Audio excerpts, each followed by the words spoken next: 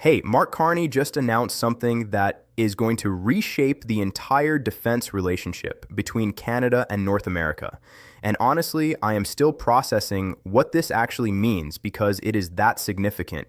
Canada has spent the last 75 years sending three-quarters of every defense dollar south of the border to the United States, 75%. Think about that for a second. Hundreds of billions of dollars flowing across one border. But here is where it gets complicated, and this part is critical. That dependency is not just economic, it is strategic leverage. And Carney just filed for divorce. I know how that sounds, but stay with me, because what he announced is literally a complete structural reversal, and that is not an exaggeration. In Montreal, he laid out Canada's first ever defense industrial strategy, and the framework is almost surgical in its simplicity. Build domestically first, partner with allies second, only then buy from abroad.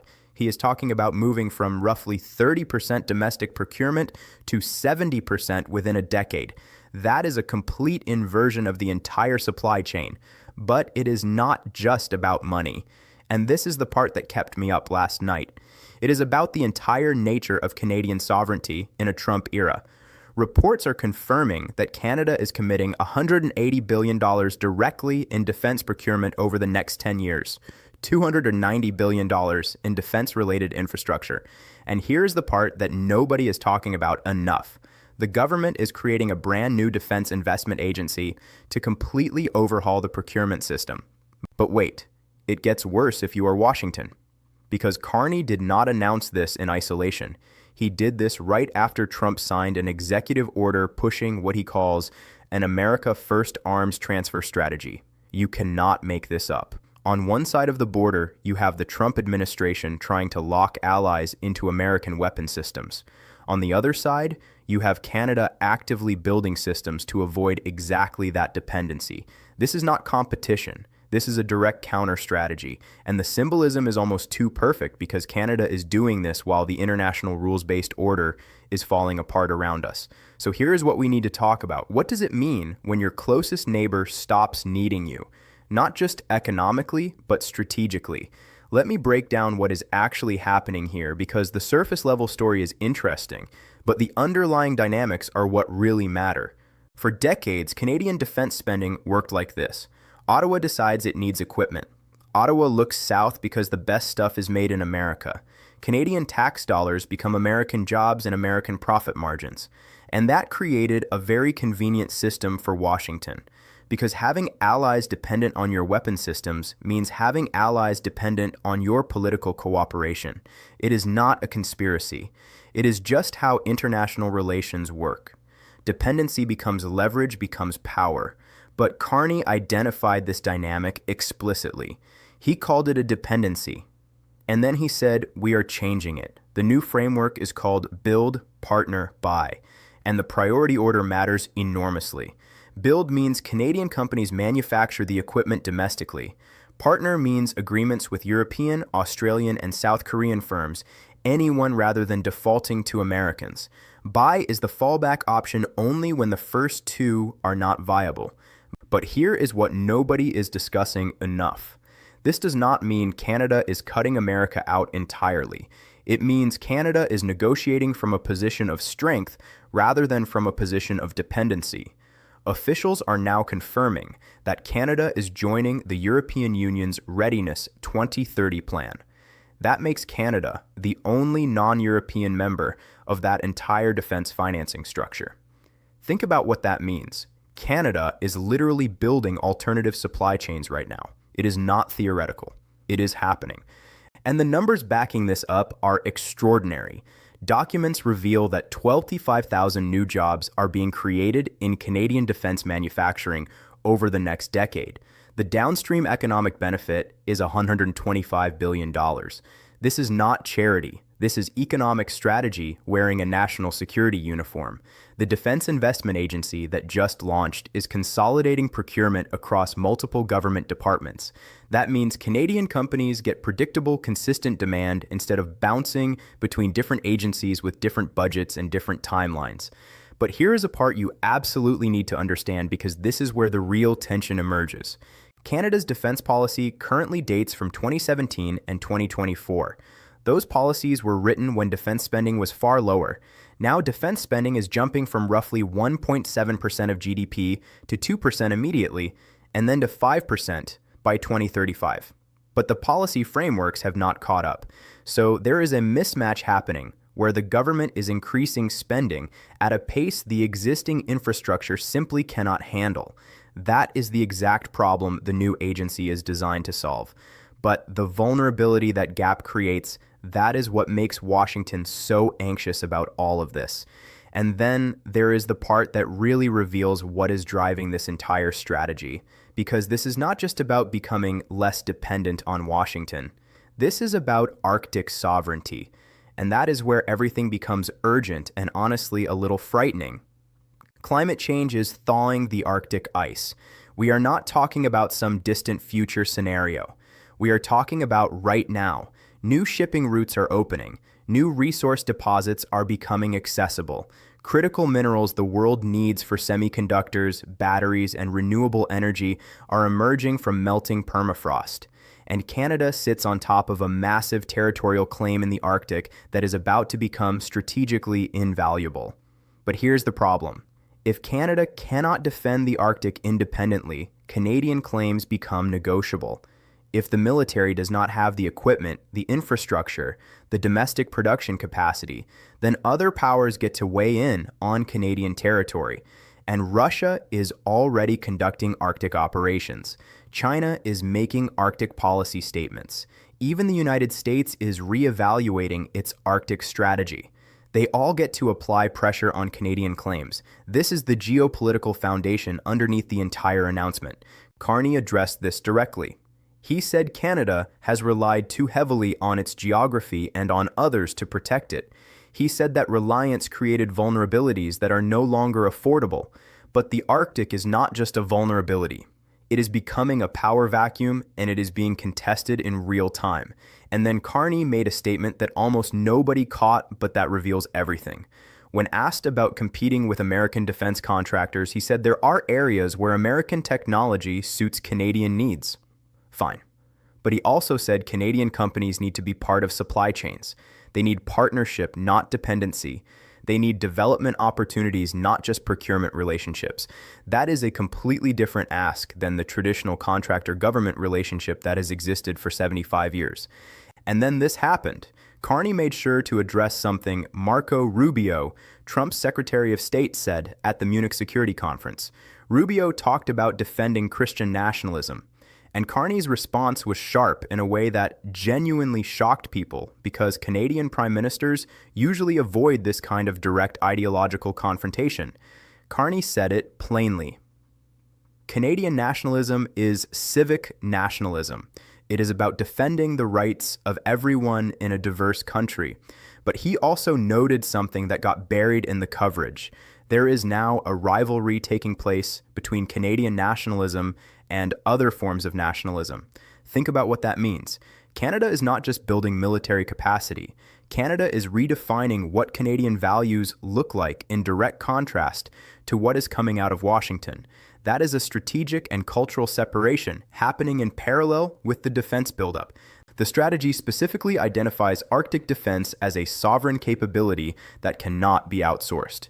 It names aerospace, cyber, naval, and Arctic capabilities as areas that are irreplaceable. These are not areas where Canada is going to lean on America. These are areas where Canada is going to build domestically or partner with Europe and Asia. The fighter jet situation is the perfect example of this strategic shift. Canada has been reviewing a $27 billion F-35 purchase for over a year, but sources are now confirming that the Swedish Gripen E could potentially be manufactured domestically right inside Canada. That is a direct alternative to the American aircraft at roughly the same price point. And if that deal happens, and the signals suggest it will, it sends an unmistakable message to Washington. We are willing to walk away from American weapon systems even at enormous scale. But that is not even the real story. The real story is about how these decisions ripple through allied relationships and create structural changes that nobody can reverse. And this is the part that kept me up last night. What happens when your closest ally becomes strategically independent? Trump spent years talking about how NATO allies were not paying their fair share. He used economic leverage, he made threats, he applied pressure. But if Canada becomes strategically independent, if it is not dependent on American weapon systems, if it is building alternative supply chains with Europe, if it is developing Arctic defense capacity on its own, then suddenly that leverage evaporates. It is not theoretical, it is happening right now. Let me connect these dots because this is where the entire strategic picture comes into focus. And I need to be clear about something before we go further. This is not anti-American sentiment. This is structural repositioning. What Carney has done is fundamentally change Canada's negotiating position. And he has done it by flipping the dependency structure in a way that is almost mathematically elegant. Think about the game theory here for a second. If Canada can build 70% of its defense needs domestically by 2035, what happens to the leverage Washington currently holds? Tariffs on Canadian steel matter less if Canada is manufacturing advanced defense equipment and protecting its own supply chains. Economic threats matter less if Canada is building an alternative supply chain with Europe and the Indo-Pacific. Trade pressure matters less if Canada is strategically independent. But here is where it gets complicated, and this part is critical. This is genuinely not anti-American. Carney made this point explicitly, and it matters. He said Canada will continue to choose the best supplier for its defense needs. He said there are areas where American technology matches Canadian requirements. But he also said something that shifts the entire dynamic. The expectations for partnerships have increased dramatically, not decreased, increased. If America wants to supply Canada, America has to help develop Canadian capacity. America has to include Canada in supply chains. America has to invest in Canada's ability to manufacture and innovate. America has to be a genuine strategic partner, not a vendor imposing terms. That is a completely different relationship than what has existed for 75 years. Now, the EU partnership becomes extraordinarily important through the SAFE Agreement, which stands for Security Action for Europe. Canada just became the only non-European member of Europe's entire defense industrial base. Let that sink in. Canada is now part of European defense supply chains. That creates redundancy. If Washington pressures Europe, Europe has Canadian capacity to fall back on. If Washington pressures Canada, Canada has European capacity to fall back on. And you cannot pressure both simultaneously without breaking the very alliance structure that America depends on. This is structural genius. Officials are now confirming that Canada's government will select certain Canadian defense firms as key strategic partners. That means long-term guaranteed contracts. That means Canadian companies can invest in expansion knowing they have committed government demand for the next decade. This is how you build an industrial base. This is how you create jobs that cannot be outsourced. The economic numbers tell the real story. Defense spending moves from roughly 30% domestic procurement to 70%. That is not a gradual adjustment. That is a structural break from dependency. Over the next decade, Canada is investing $180 billion in defense procurement, $290 billion in defense infrastructure, and creating 25,000 jobs. These are generational commitments that cannot be undone by a single administration. But the timing is what matters most here. This announcement comes right as Trump is trying to lock allies into American arms sales through his America First strategy. Right as Russia is conducting sustained operations in Ukraine and Arctic exploration. Right as China is expanding military capacity in the Pacific. Right as the Arctic is becoming actively contested territory. Canada is essentially saying to the world, we are not going to be dependent on any single foreign power for our security. We are not going to outsource our sovereignty. We are going to build at home. We are going to partner with multiple allies. We are going to defend our Arctic territory independently.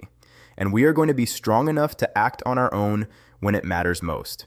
But here is where I need to be honest about the complexity. This strategy assumes that building weapon systems domestically is actually achievable. It assumes Canadian companies can compete with American contractors. It assumes the government can execute on this timeline. And honestly, Canada has tried ambitious things like this before. The Avro Arrow was an extraordinary aircraft that got canceled before it ever went into production. Sometimes grand plans do not survive political reality, but this is different. This is not one single project. This is a diversified portfolio across aerospace, cyber, naval systems, and Arctic defense. These are multiple industries and multiple supply chains. You cannot cancel all of them without signaling complete strategic surrender. So here's what I am genuinely asking myself. Does this actually work? Can Canada build the industrial capacity to deliver 70% of its defense needs domestically? Or is this strategy going to run into the same barriers that stopped previous attempts at building domestic capacity? Because resources matter, political will matters, the ability to execute matters, and the stakes are absolutely enormous. This is not just about defense spending. This is about whether middle powers can actually build real sovereignty in an era where superpowers are constantly trying to extract leverage from everyone else. This is about whether Canada can act independently or whether it is permanently locked into American security architecture. History matters here. Geography matters here. And I am raising this because the outcome of this strategy will determine whether other allies, Japan, South Korea, the UK, Europe, whether they can also become strategically independent or whether American leverage is simply too deeply embedded to overcome. Does this change how you see Canada's position in North America?